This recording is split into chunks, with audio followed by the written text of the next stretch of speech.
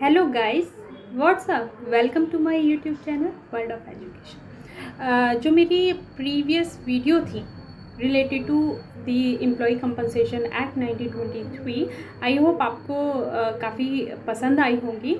अच्छा, आज की जो वीडियो है, आज का जो हमारा सेशन है, उसमें मैंने कोशिश की है कुछ इस तरह के पॉइंट्स इन्वॉल्व करने की जो हम काफ़ी ज़्यादातर हम भूल जाते हैं या फिर हम कभी ध्यान नहीं देते। और आजकल एग्ज़ामिनर की आदत ये है कि वो कान को इस तरीके से नहीं घुमाकर पकड़ना काफ़ी पसंद करते हैं। तो जो क्वेश्चंस हैं जो अब आने लगे हैं वो फैक्चुअल इतने रहे नहीं हैं, कॉन्सेप्चुअल रहे हैं। तो उस कॉन्सेप्ट को हम काफ़ी और अच्छे तरीके से समझ सकें, इसके लिए मैंने आज की ये वीडियो बनाने की कोशिश की है। तो कुछ पॉइंट्स हैं जो कि हमें याद रखने चाहिए। तो let's start this point. Point 1 said how to claim. देखिए, एम्प्लॉय कंपनसेशन एक्ट है 1923। जब उसमें अगर कोई एक्सीडेंट होता है, कोई इंजरी होती है, तो उस एक्सीडेंट के लिए, उस इंजरी के लिए हम क्लेम कैसे करेंगे, है ना। तो इस क्लेम को करने के हमारे पास दो तरीके हैं। या तो हम किसी ट्रिब्यूनल में जाएं, किसी कोर्ट में जाएं और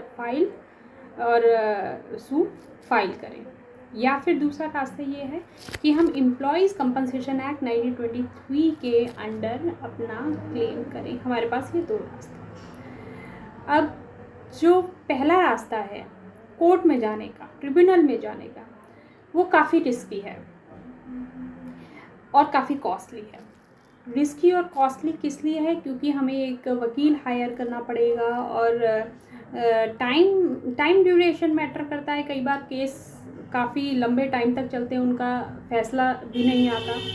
तो ये थोड़ा रिस्की प्रोसेस है, किसी ट्रिब्यूनल में जाना और उसके लिए फिर कंपनसेशन मांगना काफ़ी रिस्की है। तो इसके लिए हमारे पास एक और रास्ता है कि हम कमिश्नर के पास जाएं और एम्प्लॉय कंपनसेशन एक्ट 1923 के अंडर हम क्लेम करें। अब बात ये आती है, कमिश्नर कौन भाई? पुलिस कमिश्नर तो नहीं ना? नहीं, पुलिस कमिश्नर नहीं। देखिए, कमिश्नर का यहाँ क्या मतलब है एक्ट का, जैसे मैं अपनी प्रीवियस वीडियो में बता चुकी हूँ। चलिए यहाँ भी एक बार मैं फिर से बता देती हूँ। कमिश्नर एक ऑफिसर होता है। कमिश्नर एक ऑफिसर होता है जो कि गवर्नमेंट अपॉइंट करती है। किस लिए अपॉइंट करती है? जो कंपनसेशन से रिलेटेड जितने भी अफेयर्स हैं उनको एडमिनिस्टर करने के लिए। मैंने क्या कहा? जो कंपनसेशन से रिलेटेड अफेयर हैं उनको एडमिनिस्टर करने के लिए। कंपनसेशन भाई किसे दिया जाएगा, कितना दिया जाएगा, डिपेंडेंट कौन होंगे, क्लेम कैसे किया जाएगा, नोटिस किसको दिया जाएगा, कौन सी फैक्ट्री में कौन सा एक्सीडेंट हुआ है, रिकॉर्ड रखा है या नहीं रखा है। इस तरह के जो एडमिनिस्ट्रेटिव जो वर्क होंगे उन वर्क को कौन करेगा? कमिश्नर करेगा। तो इसलिए जो एम्प्लॉई है कमिश्नर के पास जाएगा और वहाँ फाइल करेगा कि मुझे कंपनसेशन चाहिए, राइट। तो इसके अंडर एम्प्लॉय कंपनसेशन एक्ट के अंदर अगर हम क्लेम करते हैं कंपनसेशन के लिए तो हमें जल्दी भी मिलता है और साथ ही जितना डिसाइडेड है उतना मिलता है। तो चलिए सेकंड पॉइंट देखते हैं। Second point, in case if contractor deny. देखिए, कई बार ऐसा होता है कि वर्क इस तरह का होता है कि एक जो एम्प्लॉयर है वो एक कॉन्ट्रैक्ट करता है, ठीक है, अपने काम को करवाने के लिए। तो अगर मान लीजिए कोई ऐसा केस आ जाता है कि सपोज कॉन्ट्रैक्टर भाग गया, कॉन्ट्रैक्टर ने डिनाई कर दिया पैसे देने से। किसका पैसा? कंपनसेशन का पैसा। कॉन्ट्रैक्टर ने डिनाई कर दिया कंपनसेशन का पैसा। तो जब ये जो एम्प्लॉई है कमिश्नर के पास जाएगा तो कमिश्नर किसका कॉलर पकड़ेगा? कमिश्नर पकड़ेगा एम्प्लॉयर का कॉलर, प्रिंसिपल एम्प्लॉयर का कॉलर। अब भाई बात ये आती है, प्रिंसिपल एम्प्लॉयर क्यों देगा? और अगर देगा तो कितना देगा? कैसे देगा, है ना। तो क्यों देगा, क्योंकि देखिए ये माना जाता है कि जो प्रिंसिपल एम्प्लॉयर होता है वो लाइबल होता है, अल्टीमेट रिस्पॉन्सिबिलिटी प्रिंसिपल एम्प्लॉयर की होती है, ठीक है। और कैसे देगा, ठीक, कैसे देगा, जो पैसा, जो अमाउंट कॉन्ट्रैक्टर को देने वाला था उसमें से कंपनसेशन का पैसा वो डिडक्ट कर लेगा और एम्प्लॉय को देगा। क्लियर है। अगर उसने नहीं किया ऐसा, किसने, प्रिंसिपल एम्प्लॉयर ने अगर ऐसा नहीं किया तो कमिश्नर जाकर प्रिंसिपल एम्प्लॉयर को पकड़ेगा। कौन है इस केस में प्रिंसिपल एम्प्लॉयर, ये है इस केस में प्रिंसिपल एम्प्लॉयर, इसको कमिश्नर जाकर पकड़ेगा।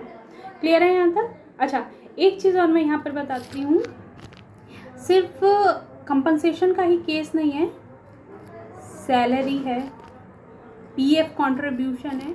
अगर इस केस में भी कॉन्ट्रैक्टर अगर डिनाई करता है, सपोज एम्प्लॉय की सैलरी देने के लिए, पीएफ का पैसा देने के लिए कॉन्ट्रैक्टर डिनाई कर देता है, तो उस केस में भी जो रिस्पॉन्सिबल पर्सन होगा वो प्रिंसिपल एम्प्लॉयर होगा। वो हमेशा क्या करेगा, जो पैसा अमाउंट वो कॉन्ट्रैक्टर को देने वाला था उसमें से जितना पैसा उसने सैलरी में दिया है या फिर पीएफ अकाउंट में दिया है उतना पैसा वो डिडक्ट कर लेगा। क्लियर है यहाँ तक। Okay, let's move to next point. In case of suicide, अगर मान लीजिए कोई एम्प्लॉई है, उस पर इतना स्ट्रेस है काम का कि वो सुसाइड कर लेता है, तो उस केस में भी उसको एक्सीडेंट मानकर उसके जो डिपेंडेंट होंगे उनको पैसा कंपनसेशन का मिलेगा in case of suicide. Okay, let's move to next point. If more than one dependent, देखिए कई बार ऐसा होता है कि कंपनसेशन का पैसा क्लेम किया, लेकिन प्रॉब्लम यहाँ कमिश्नर के पास ये आ गई कि एक से ज़्यादा डिपेंडेंट है, उसकी वाइफ भी है, उसके पेरेंट्स भी हैं, उसका ब्रदर भी है, तो अब पैसा कैसे डिस्ट्रीब्यूट हो। तो देखिए ये जो पैसा जो डिस्ट्रीब्यूट होगा ये पूरा डिपेंड होगा कमिश्नर की विजडम पर, यानी कमिश्नर अपने विवेकानुसार कितना पैसा वाइफ को देना चाहिए, कितना ब्रदर को देना चाहिए, कितना पेरेंट्स को देना चाहिए, ये डिसाइड करेगा अपने विजडम के अकॉर्डिंग, अपने विवेक के अकॉर्डिंग। क्लियर यहाँ तक। ओके, तो आई होप आपको ये काफ़ी इंफॉर्मेटिव वीडियो लगी होगी, तो प्लीज़ इस वीडियो को लाइक, सब्सक्राइब और शेयर करना ना भूलें। Thank you.